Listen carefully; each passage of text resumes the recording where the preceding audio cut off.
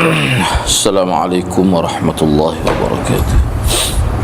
Alhamdulillahi rabbil alamin, wassalatu wassalamu ala asyrafil anbiya. Nahmaduhu wa nasta'inuhu wa nastaghfiruh. Fa inna asdaqal hadits kitabullah, akhiral hadi hadi Muhammadin sallallahu alaihi wa syarrul umuri muhdatsatuha wa kullu muhdatsatin bid'ah. Kullu bid'atin dhalalah. Kullu dhalalatin finnar. وقال رب اشرح لي صدري ويسر لي امري واحلل عقدة من لساني يفقهوا قولي. Alhamdulillah, bersyukur kepada Allah Subhanahu wa taala kerana dapat bersama pada pagi ini. Hadis 142 iaitu hadis riwayat daripada Qutaibah bin Sa'id.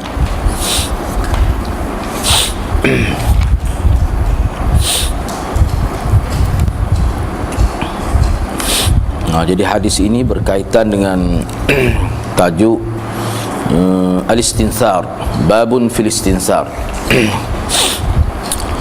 Jadi hadis ni hak panjang ni, hak berkenaan dengan tajuk ni seperti yang ana sebut kemarin, hak bahagian akhir tu. Jadi kita nak bincang tu ialah hak berkaitan dengan tajuk ni. Faqultu ya Rasulullah akhbirni 'anil wudu'.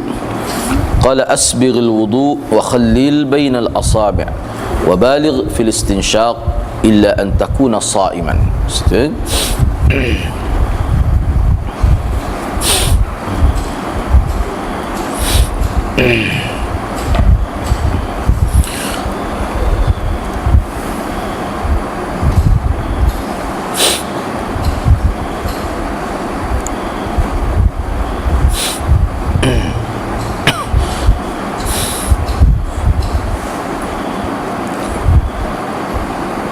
Jadi dalam Bazlul Majhub ni dia huruf tidak banyak oleh kerana takhlil asabi' ini iaitu menyilangkan jari jemari di antara tangan kiri kanan itu sudah disebut dah dalam beberapa hadis sebelum ini.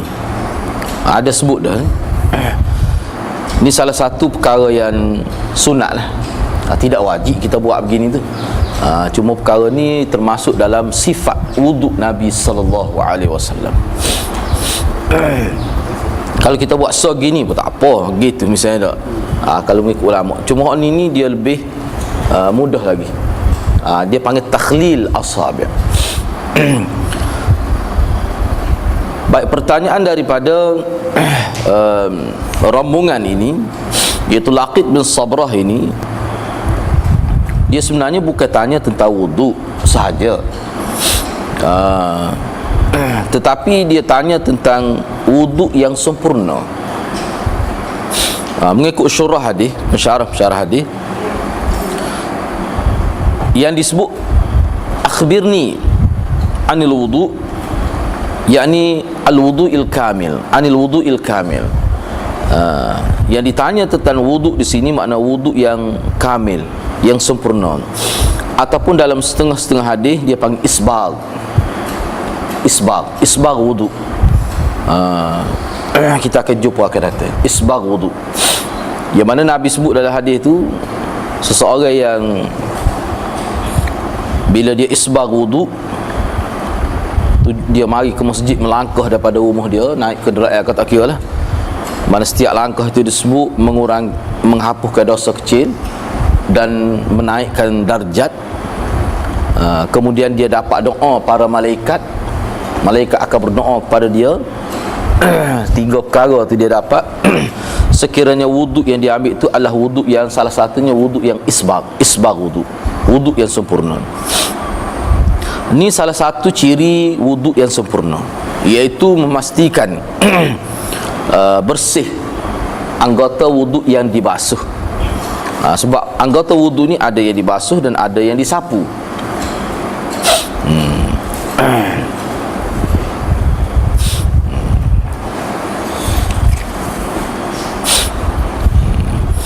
Dia pun sebut sini, sini pun dia ada itu.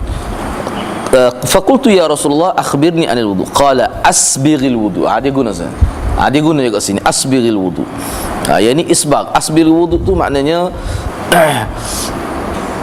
dari segi bahasanya, bi isalil ma'i ila a'dha'il wudu' mustawiban thalathan wal mas bi jami'ir ra's wal udhnain wa izalatul awsakh.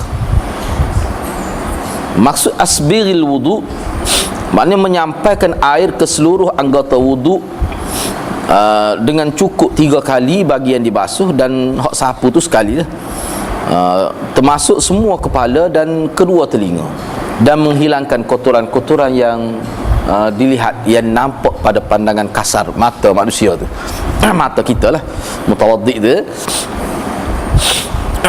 Jadi salah satu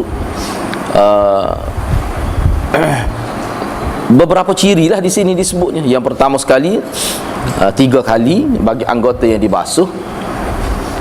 Hak tu boleh kata jumhur ulama kata anggota yang dibasuh tu hak lengkapnya 3 kali lah.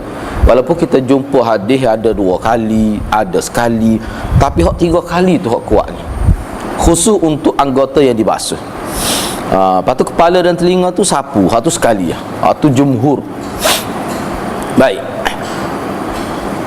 Selain daripada itu, antara yang kuat lah dalam bab sapu kepala ni, mana bukan sapu 3 lah, 7 lah, sebahagian, keseluruhan. Seperti yang Ana sebut ni, kita start sini, ambil sini, ambil daripada sini, habis ni sapu tu dengan telinga selalu.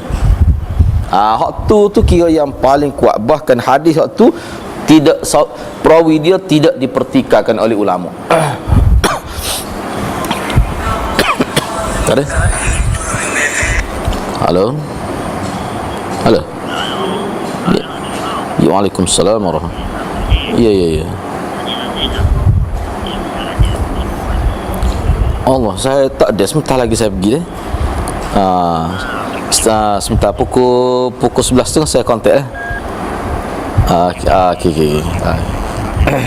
okey.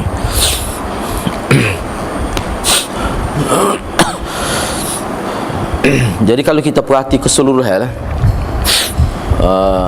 mana hadis yang menyebutkan sapu kepala daripada bahagian hadapan sampai ke belakang, hadis tu tidak dipertikaikan.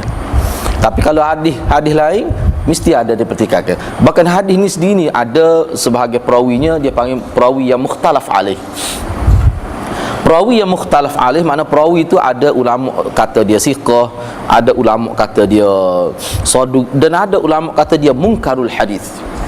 Misalnya hadis ni sendiri ni, kalau kita untuk berkenalan dengan perawi, misalnya Yahya bin Salim, Yahya bin Sulaim, haddatsana Qutaibah bin Sa'id fi akharin qala haddatsana Yahya bin Sulaim. Ibnu Sa'ad kata dia ni orang molek. Ramai kata dia molek lah. Kathirul hal, kata Ijli thiqah, kata Abu Hatim dia ni salih mahalu as-sidq, tapi dia ni tidak sampai ke peringkat hafizul hadis. Ditulis hadis, dibuat hujah. Kata Imam Nasai, Imam Nasai kata laisa bihi ba'sun wa huwa munkarul hadis an Ubaidillah bin Umar. Dia laisa bihi ba'sun, tak ada apa dengan dia ni. Dalam kalau orang ngaji usul hadis, laisa bihi ba'sun ni antara lafaz ta'dil yang rendah. Kalau kita kata dia ni tak ada apa, jauh dia ni, itu rendah tu, pengiktirafan yang rendah dalam istilah pengajian ilmu usul hadis. Laisa bihi ba'sun. Sebab kalau kita kecek Kelantan kan, tak ada masalah gapo dia tu, tak ada gapo. Tapi kalau kita tahu dia tu bagus, dia tu boleh buat hujah, tu kuat tu, beza was. Bahkan kata Imam Nasai, dia ni kalau riwayat dia daripada Ubaidillah bin Umar, hadis dia tu hadis mungkar. Kalau riwayat dia daripada Ubaidillah bin Umar, hadis tu jadi mungkar. Kalau Yahya bin Sulaim ni dia riwayat daripada Ubaidillah bin Umar, maknanya kena tengok, kena ingat tu. Yahya bin Sulaim ni kalau tok guru dia tu Ubaidillah bin Umar, hadis tu hadis mungkar. Hadis mungkar ni dhaif, tak boleh pakai. Kalau nak hujah bab akidah tak boleh langsung. Kalau bab fiqh pun tak boleh, sebab hadis mungkar ni, hadis mungkar maknanya seorang perawi meriwayatkan hadis Yang mana hadis dia tu dia bercanggah dengan orang lebih sahih daripada dia. Tu sahih, hal lain tak? Ubaidillah bin Umar. Tu. Tak sahih tu. Dia sendiri tu tak apa. Ini mengikut kenyataan Imam Nasai. Ini orang panggil contoh apa dia perawi yang mukhtalaf. Ramai orang kata dia molek. Tapi kalau kita perhati tengok pun, mana lafaz ta'dil tu tidaklah tinggi sangat. Sebab lafaz ta'dil ini dia ada peringkat dia. Kalau yuhtajju bihi sabtun fil hadith tu tinggi. Tinggi tu. Tapi kalau sebut saduq, dia ni orang molek, orang juruh. Tu rapah lafaz ta'dil yang paling. Sebab kita kata apa kita dia tu juruh tu. Padahal dia contoh lah sebagai contoh. Puasa boleh 5i dah. 5i bukan 5a dah. Misalnya dah. Tapi dia tu juh mai tak ingat. Tu maknanya pengiktiraf. Tapi cuma dari segi ilmu tak boleh lagi. Perawi hadis pun ada jenis lagu tu. Ini saya sebut contoh. Bila kata saduq, lafaz ta'dil yang paling rendah. Saduq ni juh lah. Dalam ilmu hadis dia bukan sekadar nak juh. Dia nak ingatan kuat. Dia nak orang intelek. Intelek ni maknanya dia boleh beza kalimah. Ni gitu. Ta'lim lah mana tak apa, tapi dia ingat molek. Ingatan tu penting. Ingatan tu penting. Sebab apa? Sebab dulu peringkat awal tu dia catatan ni nombor 2. Ingatan tu nombor 1. Jadi kalau ingatan tu tak kuat, boleh diragukan kesahihan hadis itu.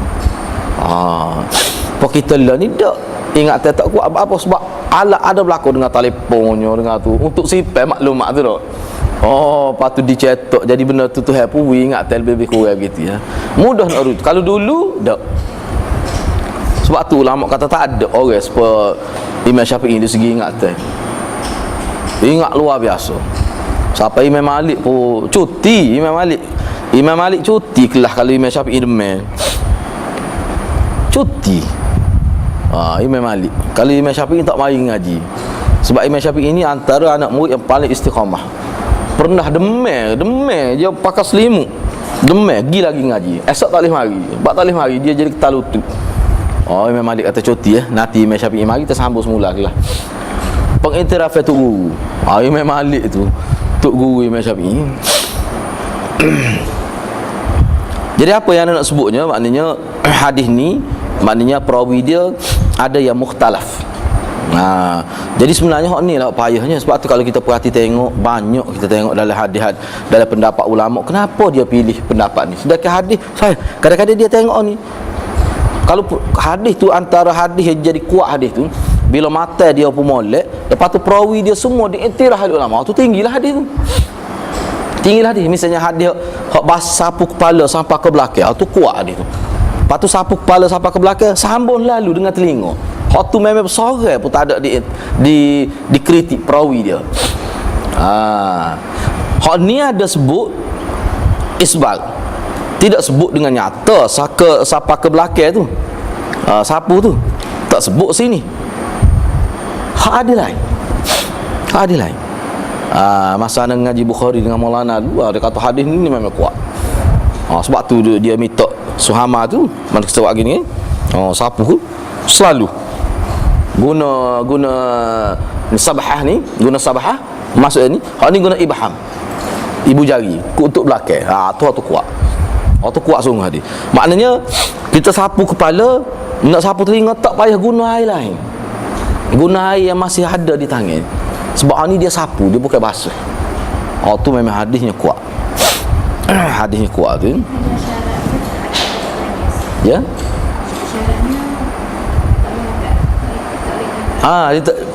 Dia tidaklah sebut tak boleh hakat tangan. Cuma dia sebut gini ya. Dalam hadis sebut mana sekali dengan satu mana kita ambil air tu, dia kalau gharfah gini. Kalau gharfah gini. Ni tak bos ni maknanya kita buat gitu. Mana air tu melekat. Sapu kepala. Sapu kepala terus lalu. Maksud ni batnil udhun, lepas tu zahrul udhun. Belakang gitu. Jadi hak tu hadisnya sangat kuat. Tu.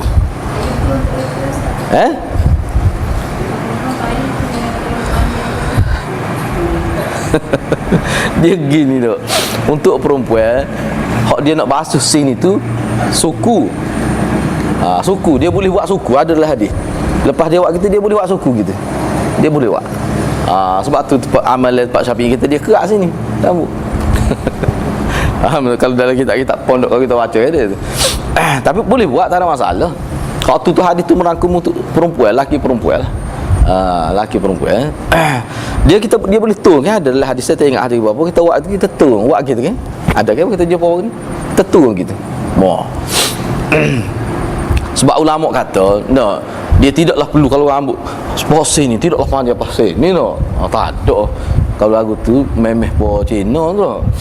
Apa kungfu Cina pun sekat ni tapi kuku mana pun sini ni hak alif belakang ni tak kira. Sini sini So yang kedua, khilaf ulama pula.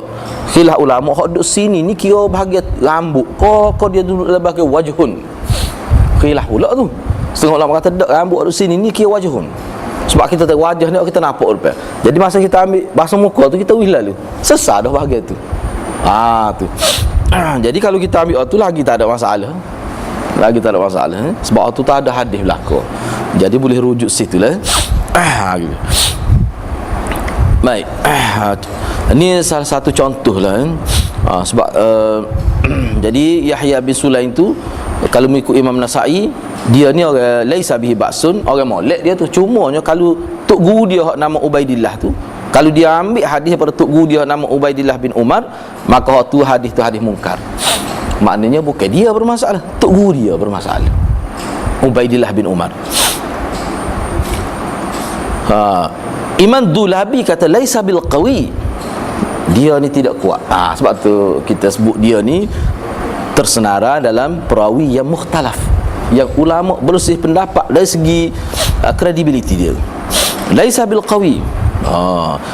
Imam Nasa'i di tempat lain. Tadi Imam Nasa'i sebut dia ni laisa bihi ba'sun, tak ada masalah dia tu. Cuma kalau riwayat daripada Ubaidillah bin Umar, maka hadis tu hadis mungkar. Tetapi dalam kitab Al-Kuna wal Alqab, Imam Nasa'i ada sebut dalam tu, dia kata laisa bil qawi, dia ni tidak kuat.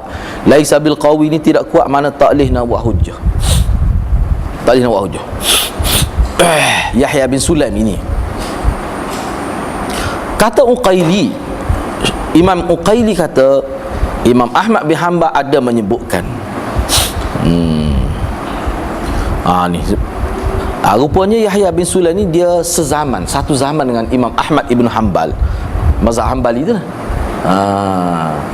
Anak murid Imam Syafi'i, dan dia pun pernah jadi tok guru Imam Syafi'i.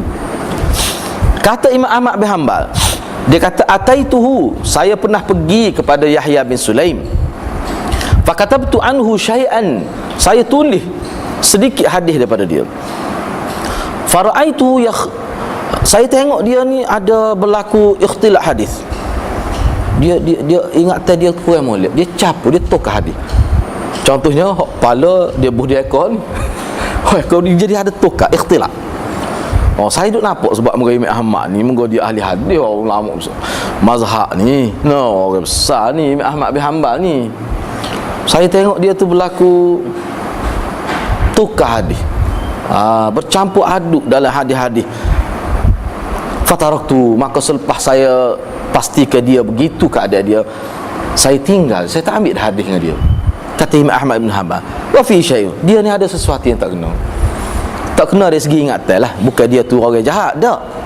Sebab kita ingatan tak kuat, tak das lah. Tidaklah kata dia tu jahat, tak ingat molek. Tak ada orang kata lagu tu. Tu kelemahan diri. Jadi kelemahan diri tu, dia mungkin sesuatu lebih dalam lain, dia tak boleh lebih dari ni. Gitu. Kenapa tu?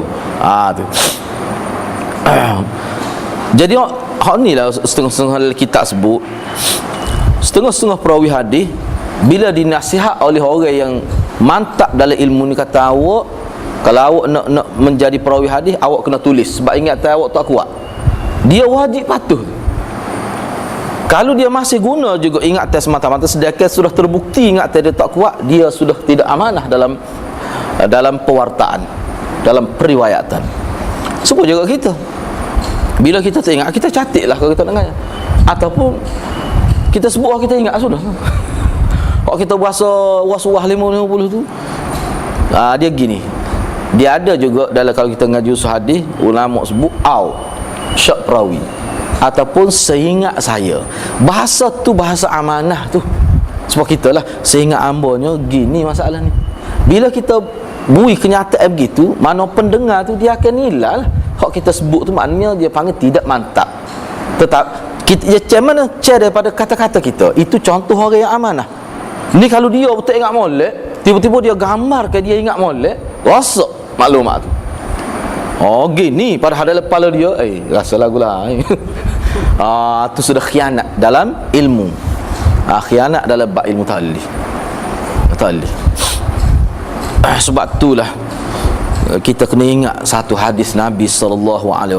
Ni kena ingat benar. Nabi SAW bersabda dalam periwayat hadis ni, ni kena pegang benar. Naddarallahu imra'an iza sami'a maqalati fahaddathahu kama sami'a. Ringkas je Nabi sebut. Nabi kata seseorang akan dapat wajah yang berseri-seri di hari akhirat bila dia dengar hadis aku. Makna dia tahu tentang hadis aku. Sebab kita lah, kita tahu dalam kitab, ni sahih. Maka dia pun cerita seperti mana yang dia tahu. Dia pun baca, dia nak hurah, dia tak erti misalnya, cuma dia yakin ni sahih, dia pun hurah. Kalau orang tanya, dia kata tu kena tanya orang lain, cuma saya nak suruh dengar hadis.